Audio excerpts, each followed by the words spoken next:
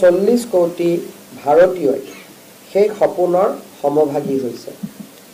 এই সময়ছোৱাত আমাৰ দেশত উন্নয়ন হৈছে, আমাৰ দেশত বিকাশ হৈছে আৰু বিকাশ আৰু উন্নয়নৰ লগে লগে ভাৰতবৰ্ষৰ জনতাই নিজৰ ৰাজনৈতিক, সাংস্কৃতিক, অৰ্থনৈতিক আৰু সামৰিক শক্তিৰ উত্থানৰ স্পষ্ট প্ৰমাণ বাৰে বাৰে দেখা পাইছে। আজি সমগ্ৰ বিশ্বই ভাৰতবৰ্ষক এখন শক্তিশালী ৰাষ্ট্ৰ হিচাপে স্বীকাৰ কৰে আৰু চাওঁতে চাওঁতে আমাৰ দেশে ব্ৰিটিছ বা ইউনাইটেড কিংডম আৰু জাপানৰ পিছত থৈ আমাৰ দেশ আজি বিশ্বৰ চতুৰ্থ বৃহৎ অৰ্থনীতিলৈও ৰূপান্তৰ হ'ল। আমি নিশ্চিত যে অহা খুব কম দিনৰ ভিতৰতে আমাৰ চৰকাৰখনে বা আমাৰ চৰকাৰৰ যি প্ৰচেষ্টা, সেই প্ৰচেষ্টাই আমাৰ দেশখনক অতি সোনকালে বিশ্বৰ তৃতীয় অৰ্থনৈতিক শক্তিলৈ ৰূপান্তৰ কৰিব। এই সময়ছোৱাত আমাৰ চৰকাৰখনে দেশৰ দৰিদ্ৰজনৰ লগত থিয় হ'ল। আজি আমাৰ দেশৰ 81 কোটি লোকে প্ৰধানমন্ত্ৰী অন্ন যোজনাৰ জৰিয়তে বিনামূলীয়াকৈ অন্ন বা চাউল লাভ কৰে। প্ৰধানমন্ত্ৰী নৰেন্দ্ৰ মোদী ডাঙৰীয়াৰ নেতৃত্বত 4 কোটি দৰিদ্ৰ লোকে নিজৰ এটা গৃহ নিৰ্মাণ কৰাৰ বাবে সুবিধা পাইছে। প্ৰধানমন্ত্ৰী নৰেন্দ্ৰ মোদী ডাঙৰীয়াৰ নেতৃত্বত আমাৰ সমগ্ৰ ভাৰতত 15 কোটি লোকৰ ঘৰলৈ নিৰ্মল খোৱা পানীৰ যোগান সুনিশ্চিত কৰা হৈছে। প্ৰধানমন্ত্ৰী নৰেন্দ্ৰ মোদী ডাঙৰীয়াৰ নেতৃত্বত 51 কোটি লোকে প্ৰধানমন্ত্ৰী সুৰক্ষা বীমা যোজনাৰ জৰিয়তে নিজে নিশ্চিত আৰু সুনিশ্চিত ভৱিষ্যত সুৰক্ষিত কৰিব পাৰিছে। 60 লাখতকৈও অধিক ষ্ট্ৰীট ভেণ্ডৰে প্ৰধানমন্ত্ৰী স্বনিধি যোজনাৰ জৰিয়তে উপকৃত হৈছে। 2013-14 আৰু 2025-26 ভিতৰত ধান ক্ৰয় ক্ষেত্ৰত আৰু ধানৰ লগতে আমাৰ পাল্ছ আৰু অইল চিড আদি কিনাৰ ক্ষেত্ৰত কৃষকলৈকে দিয়া MSP 700 গুণ, কৰবাত 1500%, এই ধৰণে বৃদ্ধি হৈছে। প্ৰধানমন্ত্ৰী নৰেন্দ্ৰ মোদী ডাঙৰীয়াৰ কাৰ্যকালত কিষাণ সন্মান নিধিৰ জৰিয়তে আজি আমাৰ দেশৰ বহু কৃষক উপকৃত হৈছে। এক প্ৰকাৰ যদি আমি ক'বলৈ যাওঁ, 6000 টকাকৈ পোৱা এনুৱেল ইনষ্টলমেণ্ট আজি 3,70,000 কোটি টকা জনসাধাৰণলৈ কিষাণ সন্মান নিধিৰ বাবে স্থানান্তৰ কৰা হৈছে। 1,75,000 কৃষকে আজি PM ফসল বীমা যোজনাৰ সুবিধা লাভ কৰিবলৈ সক্ষম হৈছে। 10 লাখ অৰ্থাৎ 10 কোটি কৃষকে কিষাণ ক্ৰেডিট কাৰ্ডৰ সুবিধা পাবলৈ সক্ষম হৈছে আৰু DBTৰ ধাৰণাটোক শক্তিশালী কৰি প্ৰত্যেকটো টকা যাতে হিতাধিকাৰীৰ বেংক একাউণ্টত যাব পাৰে, তাৰ বাবে আজি প্ৰধানমন্ত্ৰী মোদী ডাঙৰীয়াই নিশ্চিত কৰিবলৈ সক্ষম হৈছে। নাৰী শক্তিৰ উত্থানৰ ক্ষেত্ৰত 33% লোকসভা আৰু বিধানসভাৰ আসন সুৰক্ষিত কৰিবলৈ পাছ কৰা বিধেয়ক বা আইনে আজি নাৰী শক্তিক এটা নতুন এম্পাৱাৰমেণ্টৰ দিশে লৈ যাবলৈ সক্ষম হৈছে। নাৰী শক্তিৰ উত্থানৰ বাবে মেটাৰনিটি লিভ 12 সপ্তাহৰ পৰা 26 সপ্তাহলৈ বৃদ্ধি কৰা হৈছে। PM মাতৃ বন্দনা যোজনাৰ জৰিয়তে 18,000 কোটি টকা আজি আমাৰ মাতৃসকলৰ মাজত পুষ্টিকৰ খাদ্যৰ বাবে বিতৰণ কৰা হৈছে। ট্ৰিপল তালাক আইন, এই ট্ৰিপল তালাক আইনৰ প্ৰণয়নে সংখ্যালঘু বা ধৰ্মীয় সংখ্যালঘু লোকৰ মাজত বিশেষকৈ নাৰী শক্তিৰ মাজত এটা এম্পাৱাৰমেণ্টৰ নতুন পৰিৱেশ সৃষ্টি হৈছে। প্ৰধানমন্ত্ৰী নৰেন্দ্ৰ মোদী ডাঙৰীয়াই মধ্যবিত্তজনক 12,75,000 টকাৰ বাৰ্ষিক ইনকাম সত্ত্বেও ইনকাম টেক্সৰ পৰা ৰেহাই দি ভাৰতৰ মধ্যবিত্তসকলৰ জীৱনলৈ এটা ডাঙৰ সকাহ দিবলৈ সক্ষম হৈছে। কোনো চৰকাৰে ইমান ডাঙৰ টেক্স ৰিবেট বা কৰ ৰেহাইৰ প্ৰস্তাৱ স্বাধীন ভাৰতত কেতিয়াও ল'ব পৰা নাছিলে। আজি 12,75,000 টকা বাৰ্ষিক উপাৰ্জনলৈকে ইনকাম টেক্স নোলোৱাৰ সিদ্ধান্ত আজি মধ্যবিত্ত সমাজখনক এক ডাঙৰ সকাহ দিবলৈ সক্ষম হৈছে। আজি প্ৰতিখন গাঁৱলৈ বিজুলী যোগান, মুদ্ৰা যোজনাৰ জৰিয়তে যুৱকসকললৈ ঋণ প্ৰদান, এইমছৰ দৰে অনুষ্ঠান ভাৰতবৰ্ষৰ প্ৰতিখন ৰাজ্যত স্থাপন, এই ধৰণৰ জাউতিযুগীয়া সিদ্ধান্তসমূহে প্ৰধানমন্ত্ৰী নৰেন্দ্ৰ মোদী ডাঙৰীয়াৰ চৰকাৰখনক নিশ্চিতভাৱে এখন ঐতিহাসিক বিকাশমুখী চৰকাৰলৈ ৰূপান্তৰ কৰিছে। ইজ অফ ডুইং বিজনেছ আৰু G20 দৰে ৰাষ্ট্ৰৰ নেতৃত্বলৈ প্ৰধানমন্ত্ৰী নৰেন্দ্ৰ মোদী ডাঙৰীয়াই আজি গ্লোবেল সাউথৰ এক ভইচ হিচাপে বা এক কণ্ঠ হিচাপে নিজক ৰূপান্তৰ কৰিছে। অপাৰেশ্যন সিন্দুৰৰ সময়ত সন্ত্ৰাসবাদৰ বিৰুদ্ধে ভাৰতৰ নিৰ্মম প্ৰহাৰ আৰু চূড়ান্ত প্ৰহাৰে আজি প্ৰমাণ কৰিছে যে ভাৰতবৰ্ষ বিশ্বৰ ভিতৰত এনে এখন ৰাষ্ট্ৰ যোনে কেতিয়াও নিজৰ ভূমিত সন্ত্ৰাসবাদক সমৰ্থন নকৰে। আৰু প্ৰধানমন্ত্ৰী নৰেন্দ্ৰ মোদী ডাঙৰীয়াই আমাৰ দেশৰ যিটো গভৰ্নেন্সৰ ৰুল আছিলে যে সন্ত্ৰাসবাদৰ আক্ৰমণ হ'লে আমি সহ্য কৰোঁ, আমি তাক পাহৰিবলৈ চেষ্টা কৰোঁ। 26/11 দৰে আমি হিন্দমান্যতাত ভোগাৰ যিটো এক পৰিৱেশ আছিল আজি সম্পূৰ্ণভাৱে ৰূপান্তৰ কৰি বিশ্ববাসীলৈ আৰু বিশেষকৈ আমাৰ ওচৰ চুবুৰীয়া ৰাষ্ট্ৰ পাকিস্তানলৈ এটা স্পষ্ট বাৰ্তা পঠিয়ালে যে যদিহে ভাৰতবৰ্ষৰ ওপৰত আক্ৰমণ হয় ভাৰতবৰ্ষই তাক সহ্য নকৰে, ভাৰতবৰ্ষই প্ৰত্যাক্ৰমণ কৰিব। এই সময়ছোৱাৰ ভিতৰতে চন্দ্ৰায়ন, গগনায়ন আৰু বিভিন্ন ছেটেলাইটেৰে ভাৰতে মহাকাশখনো জয় কৰাৰ দিশত আগুৱাই গ'ল।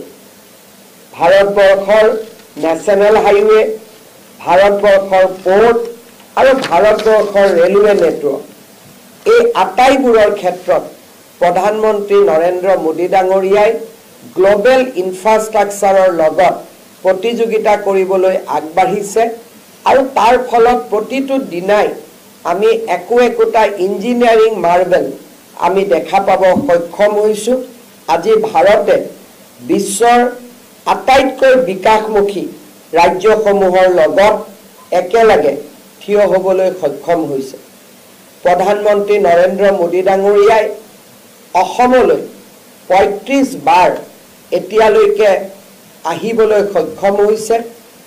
যিকোনো প্ৰধানমন্ত্ৰী যদি আমি তুলনা কৰোঁ যে কোনজন প্ৰধানমন্ত্ৰীয়ে কিমানবাৰ অসম ভ্ৰমণ কৰিছিল, জৱাহৰলাল নেহৰুৰ পৰা লাল বাহাদুৰ শাস্ত্ৰীলৈকে, ইন্দিৰা গান্ধীৰ পৰা আন প্ৰধানমন্ত্ৰী সকললৈকে, আনকি অসমৰ পৰা নিৰ্বাচিত আমাৰ ৰাজ্যসভাৰ সাংসদ ডক্টৰ মনমোহন সিঙৰ অসম ভ্ৰমণৰ লগত যদি তুলনা কৰোঁ, প্ৰধানমন্ত্ৰী নৰেন্দ্ৰ মোদী ডাঙৰীয়াই সকলো অভিলেখ ভংগ কৰি আমাৰ ৰাজ্যখনক ভাৰতবৰ্ষৰ বিকাশ যাত্ৰাৰ এক সহযাত্ৰী হিচাপে বা এক পাৰ্টনাৰ হিচাপে তেখেতে আমাক আমাৰ যোগ্য স্বীকৃতি দিবলৈ সক্ষম হৈছে। প্ৰধানমন্ত্ৰী নৰেন্দ্ৰ মোদী ডাঙৰীয়াৰ একক প্ৰচেষ্টাত আজি অসমৰ গামোচাই বিশ্ব স্বীকৃতি পাইছে। অসমৰ বিহুৱে বিশ্ব জগতত নিজৰ প্ৰতিষ্ঠা স্থাপন কৰিবলৈ সক্ষম হৈছে। প্ৰধানমন্ত্ৰী নৰেন্দ্ৰ মোদী ডাঙৰীয়াৰ নেতৃত্বত অসমীয়া ভাষাই ক্লাছিকেল লেংগুৱেজৰ মৰ্যাদা পালে। চৰাইদেউ মৈদামে বিশ্ব ঐতিহ্যৰ স্বীকৃতি পালে। প্ৰধানমন্ত্ৰী নৰেন্দ্ৰ মোদী ডাঙৰীয়াৰ প্ৰচেষ্টাত অসমৰ চাহ জনজাতি লোকসকলৰ সাংস্কৃতিক সম্পদ ঝুমুৰে আজি ৰাষ্ট্ৰত এক প্ৰতিষ্ঠা লাভ কৰিবলৈ সক্ষম হ'ল। বিকাশৰ দিশত বিগত 11 বছৰে প্ৰধানমন্ত্ৰী নৰেন্দ্ৰ মোদী ডাঙৰীয়াই আমাক কেইবাটাও প্ৰকল্প উপহাৰ হিচাপে আগবঢ়ালে। ধলা শদিয়াৰ মাজত দলং, বগীবুলৰ ৰেল আৰু ৰোড ব্ৰিজ, ধুবুৰী ফুলবাৰীৰ মাজত সেতুৰ নিৰ্মাণ, গুৱাহাটী উত্তৰ গুৱাহাটীৰ মাজত দলঙৰ নিৰ্মাণ, কলীয়া ভোমোৰাৰ ওপৰত দ্বিতীয়খন দলং নিৰ্মাণ, শুৱালকুছি পলাশবাৰীৰ মাজত দলং নিৰ্মাণ আৰু মাজুলী যোৰহাটৰ মাজত দলং নিৰ্মাণৰ প্ৰচেষ্টাই আৰু ইয়াৰ সফলতাই অসমৰ যোগাযোগ ক্ষেত্ৰত এক বৈপ্লৱিক পৰিৱৰ্তন আনিবলৈ সক্ষম হ'ল। গুৱাহাটীত স্থাপন কৰা এইমছ আজি ভাৰতবৰ্ষৰ স্বাস্থ্য মানচিত্ৰত আমাৰ ৰাজ্যখনক উজ্বলাই তুলিবলৈ সক্ষম হ'ল। প্ৰধানমন্ত্ৰী নৰেন্দ্ৰ মোদী ডাঙৰীয়াৰ প্ৰচেষ্টাত নুমলীগড় ৰিফাইনেৰী 9 মিলিয়ন মেট্ৰিক টনলৈ ৰূপান্তৰৰ যি প্ৰচেষ্টা, সেই প্ৰচেষ্টাই অসমৰ ঔদ্যোগিকৰণত এক নতুন শক্তি আনিবলৈ সক্ষম হ'ল। নুমলীগড় তেল শোধনাগাৰলৈ পাৰাদীপৰ পৰা পাইপলাইন বহুৱাই তেল আনাৰ যি দুঃসাহসিক প্ৰচেষ্টা, সেই প্ৰচেষ্টাই অসমৰ ৰাইজৰ মাজত থকা বহুদিনীয়া ধাৰণা যে অসমৰ তেল আন ৰাজ্যত শোধন কৰিবলৈ নিয়া হয়, তাৰ সেই ধাৰণাৰ পৰিৱৰ্তন কৰি আজি প্ৰধানমন্ত্ৰী মোদী ডাঙৰীয়াই অসমবাসীলৈ এটা স্পষ্ট বাৰ্তা পঠিয়ালে যে অসমৰ তেল অসমত শোধন হ'ব আৰু অসমতে শোধনাগাৰ নিৰ্মাণৰ বাবে আমি সমুদ্ৰৰ পৰা আহৰণ কৰা খাৰুৱা তেলো আমি অসমলৈ পঠিয়াম, যাতে অসমৰ প্ৰতিটো ৰিফাইনেৰী কাৰ্যক্ষম হৈ থাকিবলৈ সক্ষম হয়। নৰ্থ ইষ্ট গেছ গ্ৰিডৰ প্ৰচেষ্টাই অসমত ঔদ্যোগিকৰণৰ এক নতুন বাতৰি বা নতুন এক পৰিৱেশ নিৰ্মাণ কৰিলে। টাটা ছেমি কণ্ডাক্টৰ নিৰ্মাণৰ বাবে জাগিৰোডক নিৰ্বাচন কৰি অসমৰ ঔদ্যোগিকৰণৰ যি প্ৰচেষ্টা, তাক প্ৰধানমন্ত্ৰী নৰেন্দ্ৰ মোদী ডাঙৰীয়াই গ্লোবেল মঞ্চলৈ, বিশ্ব মঞ্চলৈ লৈ যাবলৈ সক্ষম হ'ল। নামৰূপৰ সাৰ কাৰখানাৰ পুনৰ উজ্জীৱিতকৰণৰ বাবে কেবিনেটে লোৱা সিদ্ধান্তই অসমৰ জনসাধাৰণৰ মাজত আশা আৰু প্ৰত্যাশাৰ সৃষ্টি কৰিলে। নুমলীগড় শোধনাগাৰৰ লগত স্থাপন কৰা বায়' ৰিফাইনেৰীয়ে গ্ৰীণ ইকনমিৰ ক্ষেত্ৰত অসমক এক নতুন পৰিচয় দিবলৈ সক্ষম হ'ল। প্ৰধানমন্ত্ৰী নৰেন্দ্ৰ মোদী ডাঙৰীয়াৰ নেতৃত্বত আমাৰ ৰাজ্যখনলৈ বিকাশৰ লগে লগে অভূতপূৰ্ব শান্তিৰ পৰিৱেশ সৃষ্টি হ'ল। বড়ো চুক্তি, কাৰ্বি চুক্তি, ডিমাচা চুক্তি, আদিবাসী চুক্তি, এই চুক্তিসমূহৰ ফলত অসমত যি জনজাতীয় লোকৰ এক সশস্ত্ৰ সংগ্ৰাম আছিল, সেই সশস্ত্ৰ সংগ্ৰামে এক প্ৰকাৰ সামৰণি পৰিলে আৰু সেই সশস্ত্ৰ সংগ্ৰামৰ লগত জড়িত যুৱকসকল ৰাষ্ট্ৰ জীৱনৰ মূল খুঁটিলৈ উভতি আহিলে। আমাৰ ৰাজ্যখনৰ উন্নয়নত এক নতুন দিগন্তলৈ লৈ গৈ গুৱাহাটী, নুমলীগড় আৰু গোলাঘাটৰ মাজত ব্ৰহ্মপুত্ৰৰ গহ্বৰেদি সুৰংগ নিৰ্মাণৰ প্ৰচেষ্টা, গুৱাহাটী আৰু শিলচৰৰ মাজত 22,000 কোটি টকা ব্যয়েৰে access control point to point national highway নিৰ্মাণৰ বাবে লোৱা সিদ্ধান্ত, গুৱাহাটী ৰিং ৰোড নিৰ্মাণৰ প্ৰচেষ্টা আৰু সমগ্ৰ অসমৰ ৰেল ব্যৱস্থাটো দ্বৈত ৰেললৈ ৰূপান্তৰ, দ্বৈত লাইনৰ নিৰ্মাণ, যিসমূহ বহুদিনৰ পৰা অসমবাসী ৰাইজৰ সপোন আছিল, সেই সপোনক প্ৰধানমন্ত্ৰী নৰেন্দ্ৰ মোদী ডাঙৰীয়াই সংকল্প আৰু সংকল্পৰ পৰা সিদ্ধিলৈ ৰূপান্তৰ কৰিলে। বাইহাটা চাৰিআলিৰ পৰা পুনৰ তেজপুৰেদি ডাবল লেনক 4 লেন কৰাৰ প্ৰচেষ্টা, মৰিগাঁও আৰু নগাঁৱৰ মাজত ব্ৰহ্মপুত্ৰৰ ওপৰত দলং নিৰ্মাণৰ প্ৰচেষ্টা, কাজিৰঙাৰ ওপৰত এলিভেটেড কৰিডৰ নিৰ্মাণৰ প্ৰচেষ্টা, এনে আৰু বহুতো অৰ্থনৈতিকভাৱে এক নতুন দিগন্ত কঢ়িয়াই আনিব পৰা বহুকেইটা প্ৰকল্পৰ চিন্তা চৰ্চা আৰু ইয়াৰ পদক্ষেপসমূহ মোদী ডাঙৰীয়াই ইতিমধ্যে আৰম্ভ কৰিছে। অসমত ডিফেন্স কৰিডৰ নিৰ্মাণৰ প্ৰচেষ্টা, IITৰ লগতে Indian institute of management IIM নিৰ্মাণৰ বাবেও লোৱা পদক্ষেপ, এই সকলো পদক্ষেপ আজি প্ৰধানমন্ত্ৰী নৰেন্দ্ৰ মোদী ডাঙৰীয়াৰ অসমৰ প্ৰতি থকা গভীৰ প্ৰেম, ভালপোৱা, শ্ৰদ্ধা আৰু সন্মানক আজি প্ৰতিবিম্বিত কৰিছে। আজি যদি আমি ৭৫ বছৰৰ এই সমগ্ৰ ৰাষ্ট্ৰৰ যি যাত্ৰা, এই যাত্ৰা কালত আমি লাভ কৰা চৰকাৰসমূহক যদি তুলনা কৰোঁ, পণ্ডিত নেহেৰুৰ চৰকাৰ, ইন্দিৰা গান্ধীৰ চৰকাৰ, ৰাজীৱ গান্ধীৰ চৰকাৰ, মনমোহন সিঙৰ চৰকাৰ, এই চাৰিওজন প্ৰধানমন্ত্ৰীৰ চৰকাৰৰ লগত যদি মোদী ডাঙৰীয়াৰ চৰকাৰক আমি তুলনা কৰোঁ, কোনো এটা তুলনাতে প্ৰধানমন্ত্ৰী মোদী ডাঙৰীয়া দ্বিতীয় স্থানলৈ নাহে। প্ৰত্যেকটো তুলনাতে শান্তিৰ ক্ষেত্ৰতে হওক, সাংস্কৃতিক ঐতিহ্যৰ ক্ষেত্ৰতে হওক, অৰ্থনৈতিক প্ৰকল্পৰ ক্ষেত্ৰতে হওক, অসমৰ প্ৰতি ভাল পোৱাৰ ক্ষেত্ৰতে হওক, আজি প্ৰতিটো ক্ষেত্ৰতে প্ৰধানমন্ত্ৰী নৰেন্দ্ৰ মোদী ডাঙৰীয়াই প্ৰতিদ্বন্দ্বিতাবিহীনভাৱে প্ৰথম স্থান লাভ কৰিবলৈ সক্ষম হৈছে।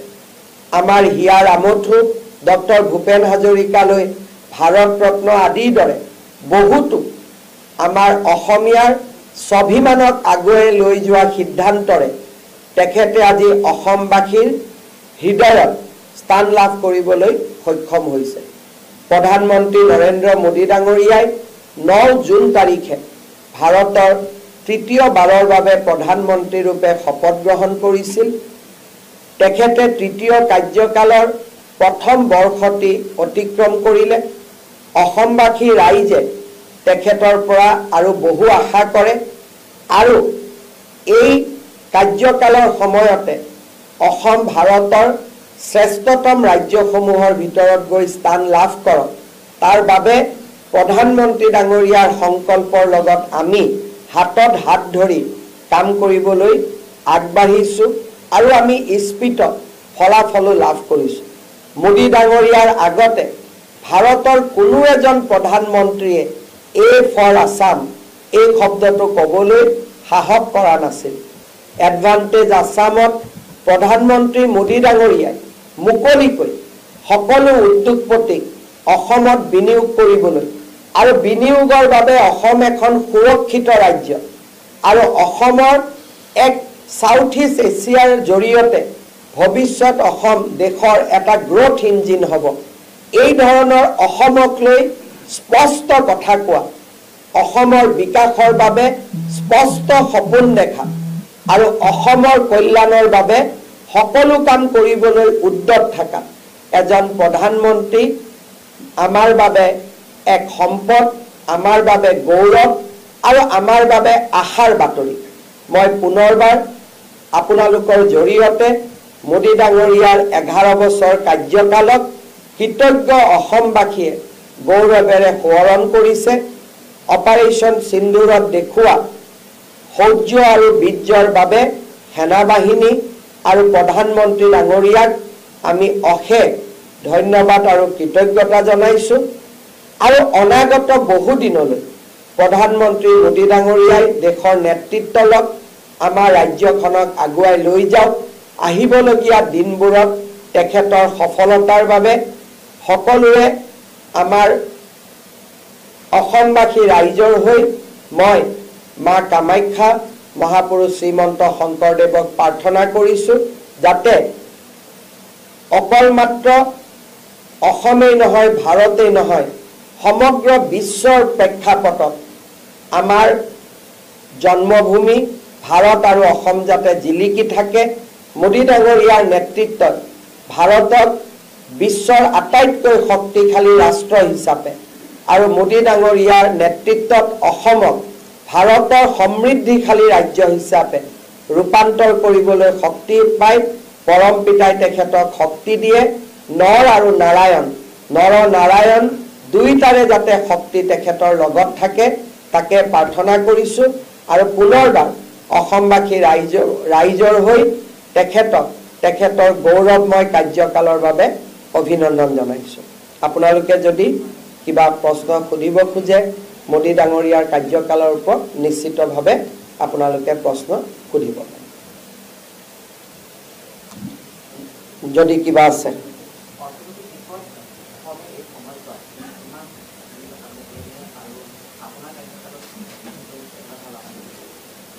সব মই আগতে কৈছোঁ যে মোদী ডাঙৰীয়াৰ নেতৃত্বত আমাৰ ইয়াত অৰ্থনৈতিকভাৱে যিমান কাম হ'ল আজি প্ৰত্যেকটো নেশ্যনেল হাইৱে আমি চাব পাৰোঁ ৰেল চাব পাৰোঁ